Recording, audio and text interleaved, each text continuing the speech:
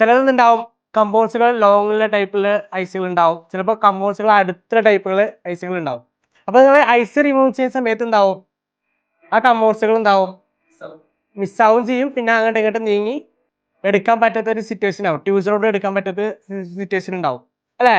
അപ്പൊ ആ സിറ്റുവേഷൻ പെട്ടെന്ന് നമുക്ക് എളുപ്പത്തിൽ എങ്ങനെ റിമൂവ് ചെയ്യാൻ നോക്കാം.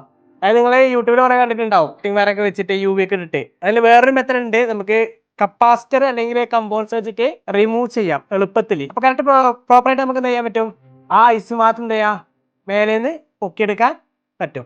അതെങ്ങനെയാണെന്ന് നോക്കാം നമുക്ക് കേട്ടോ. ആ കുഞ്ചേഴ്സ് നമ്മൾ ട്യൂസർ വെക്കുന്ന സമയത്ത് നമുക്ക് ഒരു ഗ്യാപ്പിനുള്ളിലോട്ട് കയറത്തില്ല. അപ്പൊ എങ്ങനെ നമ്മൾ ഇത് റിമൂവ് ചെയ്യും? CP ഓപ്പണർ ബ്ലേഡ് വെച്ചിട്ട് നമ്മൾ തേച്ചിള്ളി പുറത്തേക്ക് എടുക്കും. ഒന്നല്ലെങ്കിൽ കട്ടിംഗ് വയർ കട്ട് ചെയ്തിട്ട് UV അതിന്റെ ഐസിന്റെ മുകളിലേക്ക് വെച്ച് കൊടുക്കും. ആ കട്ടിംഗ് വയർ എന്ത് ചെയ്യും, ചൂടാക്കുന്ന സമയത്ത് അതായത് ബ്ലോവറോട് ഹീറ്റ് ആക്കുന്ന സമയത്ത് എന്താവും, മെൽറ്റ് ആകുമ്പോൾ പൊക്കി കൊടുത്താൽ മതി അല്ലേ.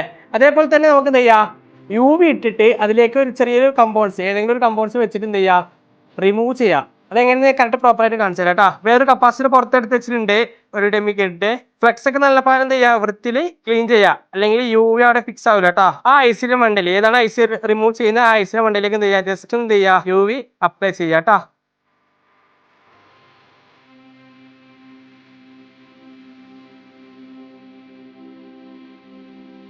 എന്നിട്ട് UV അടിച്ചു കൊടുക്കുക കേട്ടോ.